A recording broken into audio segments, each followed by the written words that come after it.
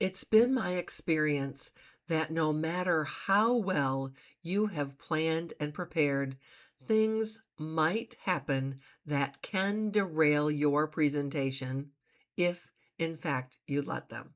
And in today's video, I want to share 3 things that have happened to me, how I dealt with them, and how I kept myself on track so that the presentation moved forward in an effective way. The first one is tech failures. We know today we rely on tech, and there's an expectation that we have a slide deck behind us. Those slide decks can sometimes freeze, or one case personally happened to me, slides disappeared from my deck. I don't know where they went. And the HR director called that out. She said, "You're not tracking with your slides." Now, the screen was behind me, so I couldn't see it. I didn't know it until she said something. I just simply acknowledged that, thanked her, and said, "You know what? We're going to move on without the slide deck because clearly there's something awry.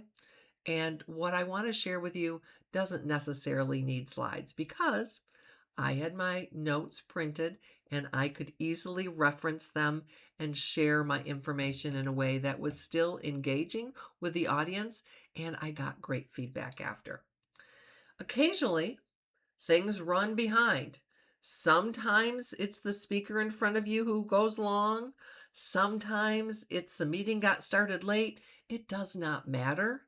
What matters is you've been asked to take your 20-minute presentation and shorten it to 5. Wow, that's a big deal. What do I do? Just go with it and think about what's your most important point. In your planning, if you have decided what is the one thing you want your audience to leave with, well, then that's your focus when your time gets cut short. The third thing that can happen is sometimes people aren't very nice. There's a heckler in the audience that's saying things under their breath to their neighbor or directly to you. It can be helpful sometimes to acknowledge and engage. If they have a point of view, appreciate that, offer a dialogue after the fact. And a lot of this, when we're interrupted, is context specific, if you will. So if you're on stage in front of a group, you're maybe going to have a little different response than if you're in a team meeting and the opportunity comes up for questions and someone is disagreeing with you. Now, we all know people who can be disagreeable as well as disagree. And if that's the case, we want to handle it as gently as we can, thanking them, acknowledging them, not getting into a debate, and suggesting that we take this offline after hours, or not after hours, but after the presentation. So, all of that to say, the unexpected will happen. So, prepare and hope for the best, plan for the worst.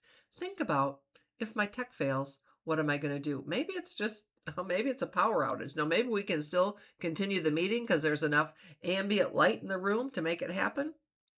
It's your choice. You can work with the person who organized the event or the meeting to make that decision, make that call. Maybe it's a person who's just not playing nice, and you need to know how to deal with that and handle those objections in the moment and being graceful and confident in your position, not arguing. Avoid getting into an argument with someone that it never goes well, but acknowledging their perspective, their point of view, thanking them for bringing that to your attention or opportunity to have a further dialogue. Does it make sense? And many times, especially if you're against the clock, it doesn't make sense to do it in that space, but maybe afterwards. And then what do I do if my time gets short? What's my one point that I want to make sure I make? So if you have some things that work well for you in terms of where things have gone wrong in your presentation, I'd welcome an opportunity to hear them. You can drop them in the comments below. As always, if you know somebody who could benefit from this video, please feel free to share. And if you haven't done so already, subscribe to my channel so you get my weekly updates.